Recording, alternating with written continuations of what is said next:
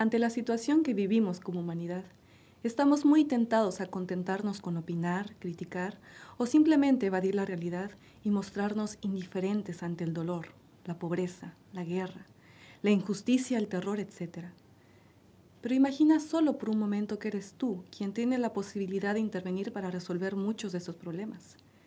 Imagina que estás a cargo como responsable directo, legal y moralmente de resolver el problema de la especulación financiera o de resolver el conflicto en Siria o de eliminar el narcoterrorismo. La pregunta es, ¿qué harías? Tienes una gran oportunidad de incidencia. ¿Qué harías?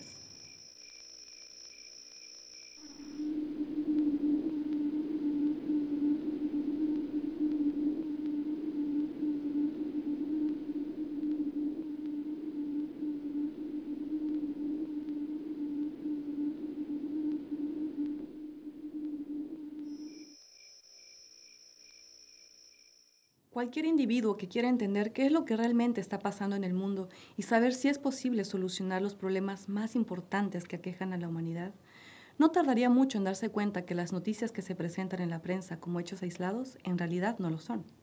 Que en realidad no solo son parte de uno o varios procesos que interactúan, sino que además estos procesos son creados intencionalmente. Pero ¿quién o quiénes y por qué lo hacen? ¿Cuál es la estrategia o método que usan para lograr sus objetivos?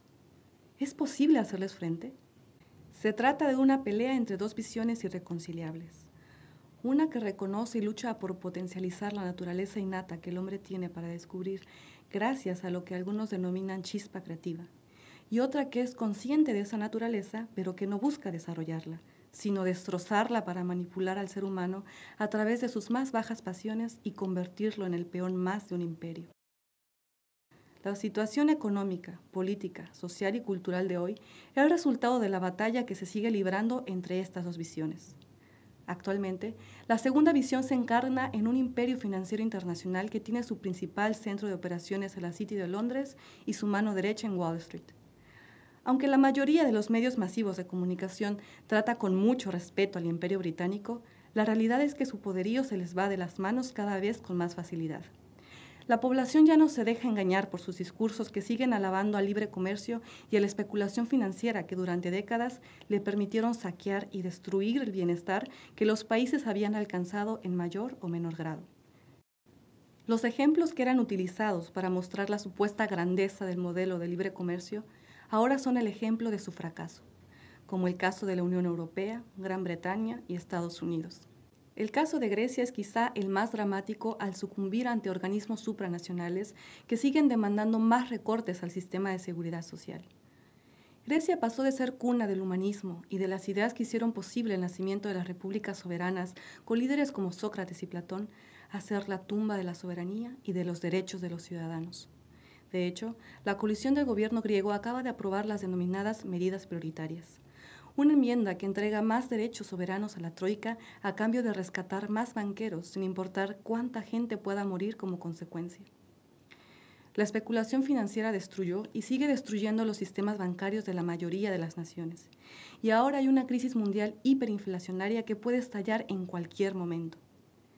Esto pone en riesgo no solo al imperio británico, sino a la civilización entera. Aunque sí existe solución a la crisis mundial, el imperio no está dispuesto a ceder el poder y dejar que se geste una verdadera revolución que no incluye armas, sino la paz. Un cambio de paradigma que puede despertar y fomentar la chispa creativa de la civilización. Por eso el imperio británico puso en marcha una estrategia con el objetivo de reducir a la población, de 7.000 millones a tan solo 1.000 millones de habitantes. Su estrategia incluye 3 flancos principales. 1. Impedir que las naciones recuperen soberanía alguna que les pueda permitir acceder a algún tipo de desarrollo, obligándolos a aceptar medidas de austeridad cada vez más drásticas, dejando así morir a la población de inanición o de enfermedades tan simples como el cólera, situación que crea una dinámica depresiva y que ha llevado al suicidio dramático de muchas personas. 2. Fomentar el ecologismo que exige abiertamente la reducción poblacional, pidiendo que la humanidad regrese a la edad de las cavernas y que renuncie al avance tecnológico que nos dé acceso a energías más potentes. El ecologismo busca adoctrinar a las nuevas generaciones con una visión de que el ser humano es solo una especie más en la jungla, una especie que se convirtió en plaga que hay que exterminar. argumentando que es la selección natural y no el imperio quien lo exige. 3. Crear cada vez más conflictos bélicos. Esta es una de las formas más rápidas de reducir a la población, pero sobre todo de aterrorizarla. En cada región, en cada país del mundo, el imperio ya tiene una forma de desestabilizar y desatar un conflicto militar en cualquier momento. Los conflictos militares más recientes y más aterradores que ya se desataron se centran en Libia, Siria, Malí y Argelia. Pero hay muchos más en la lista de espera, como es el caso de México con el narcoterrorismo. Estos 3 no son todos los flancos del imperio, pero sí los principales para llevar a cabo el genocidio que tanto buscan. De hecho, LaRouche ha declarado en repetidas ocasiones la intención por parte del Imperio Británico de lanzar una tercera guerra mundial que inevitablemente incluiría armas termonucleares. Cada conflicto militar que parece surgir involuntariamente tiene el sello del imperio que busca un detonante para la guerra mundial.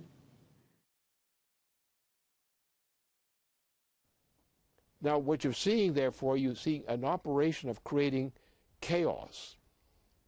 And the main weapon is chaos. And remember, the Saudi kingdom and the British monarchy and the same firm, BAE, that was used for the weaponry, and the use of the oil from Saudi Arabia, which was used to fund this whole operation, which became not only 9/11, but the whole operation that we're seeing now as in Algeria.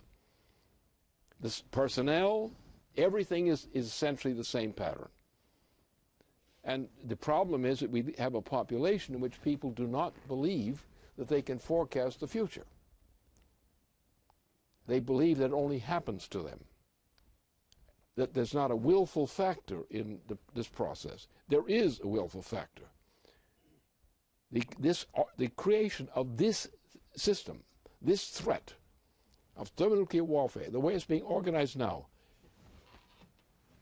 is based on the assumption of nothing that exists only in the future. El viernes pasado concluyó el ataque y toma de rehenes que ocurrió el miércoles en la noche en el campo de producción gasífera de la región centro-oriental de Argelia. Las fuerzas especiales de este país montaron un operativo de 2 flancos en el que, según fuentes oficiales, un número no especificado de rehenes y yihadistas murieron.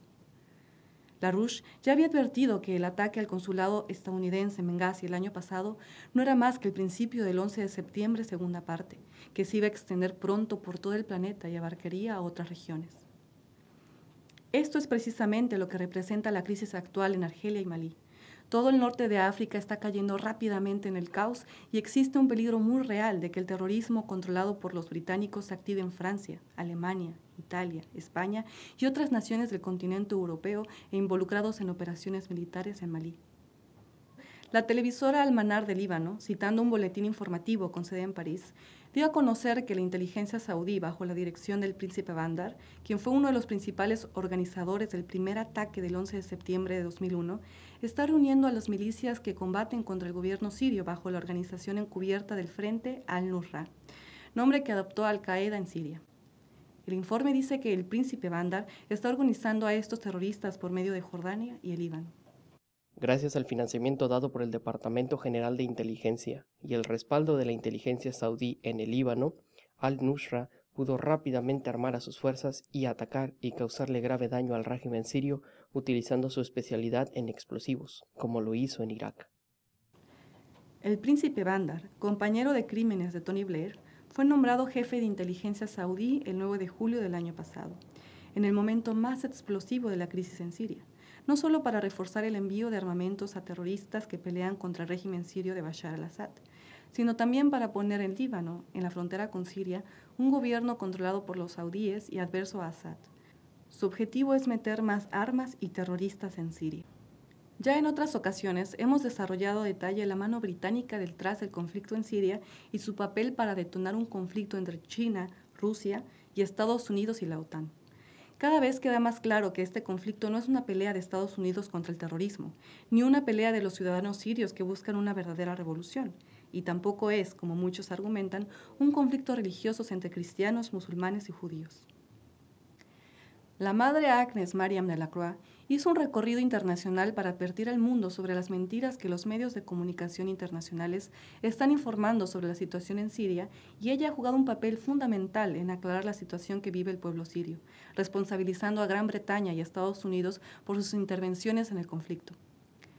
So we know that there are like engineering, you can engineer a war, and you put the elements that will favorize the pressure, that will favorize a sectarian conflict, that will favorize maybe a civil war, etc. I have to tell you, we really honestly, that we have seen and we are seeing until today the fabrication, the manufacturing in Syria of an artificial war that is rooted on some real struggle. It is rooted on something real, okay?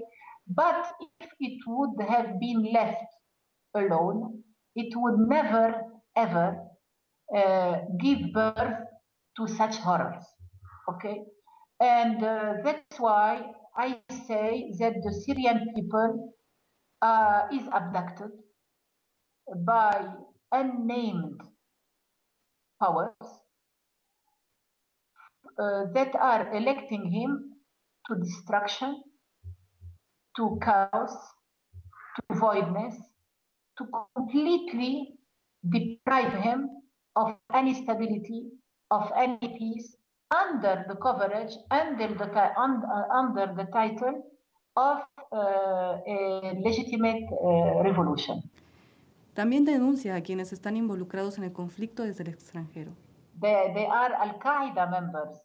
They are Jabhat al-Nusra members. They are Salafist and Wahhabist. It means extremists. They come, they say it today. They say, we are not fighting for freedom or for democracy. We are fighting for Islam, but their Islam is not the good one. Is not the moderate Islam of our sisters and brothers. We are living with them here in Orient since 13th century. We are, victims of an instrumentalization of religion, and those people, they are achieving an agenda which is unknown. But in reality, this agenda doesn't care neither about the security of civilian population, neither about human rights, neither about children, neither about women. It is something very, very dark and ambiguous. Desgraciadamente, a lo largo de la historia humana, la visión imperial ha logrado la decadencia de civilizaciones pasadas. Sus esfuerzos para llevar a cabo un genocidio mundial ya han cobrado millones de vidas de la civilización actual. La estrategia general que el imperio usa para mantenerse con vida no es nada nueva. Primero, empiezan a tomar control de los diferentes aspectos del hombre y la sociedad para fomentar una dinámica cultural donde se premie el hedonismo, el materialismo y el monetarismo. Esto les permite crear un sistema económico eficaz para saquear a las naciones, a través del cual crean y financian lo que sea necesario para mantener su poderío, el terrorismo, las drogas, las guerras, etc. Antes de alabar la brillantez de lo que parece ser una estrategia imperial muy poderosa, hay que aclarar que hay un pequeño detalle que no consideran y que afortunadamente está de nuestro lado: las leyes naturales. En realidad es muy simple. ¿Qué pasa cuando un parásito mata al cuerpo que habita? En este caso, el cuerpo es la humanidad, y no podemos permitir que un parásito nos siga chupando sangre hasta la muerte.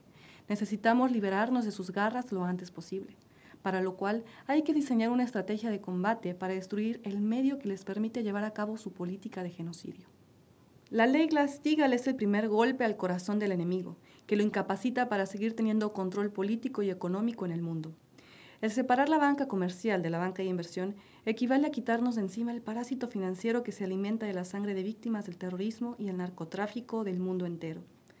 Pues como Víctor Ivanov dijo, el sistema de especulación financiera continúa con vida gracias a la inyección de liquidez del narcoterrorismo. Una vez separados, el parásito no tendrá de dónde alimentarse para seguir con vida y su destino natural es la muerte. Afortunadamente, nuestra campaña por la ley Glass-Steagall está haciendo eco en todo el mundo y alcanzando círculos cada vez más altos, como por ejemplo en Estados Unidos, donde el vicepresidente de la FDIC, Thomas Honig, hizo un llamado explícito para la reimplementación de Glass-Steagall y donde además el jefe de la Reserva Federal de Dallas, Richard Fisher, emitió un discurso donde insiste en la necesidad de reformar el sistema financiero antes de que sea demasiado tarde. Sin embargo, aunque se implemente la ley Glass-Steagall en Estados Unidos y otras naciones, esto no significa que el paciente ya está sano. Necesita de un proceso de sanación para recuperarse de todo el daño que el parásito le causó a su sistema. Por eso, el segundo golpe es recuperar la soberanía de las naciones para echar a andar un nuevo sistema de crédito que permita invertir en la creación de grandes proyectos de infraestructura y sentar las bases de nuevas plataformas de desarrollo humano. Durante este proceso de recuperación, la población descubrirá que sí tenemos control sobre nuestra historia, sobre nuestro presente y nuestro futuro, permitiendo que seamos cada vez más conscientes de nuestra naturaleza creativa y del potencial que tenemos para transformar nuestro entorno. Esto marcará el siguiente paso evolutivo en el pensamiento de nuestra civilización. Aunque no estamos a cargo de un puesto internacional para incidir directamente en aplicar esta estrategia de recuperación, nuestro futuro como humanidad sí depende de lo que cada uno de nosotros decida hacer o no hacer. Te invitamos a que te unas a nuestra campaña internacional, a que difundes y estudies el material que presentamos. No importa en qué país te encuentres, puedes ponerte en contacto con nosotros para tener la oportunidad de ser parte de esta movilización.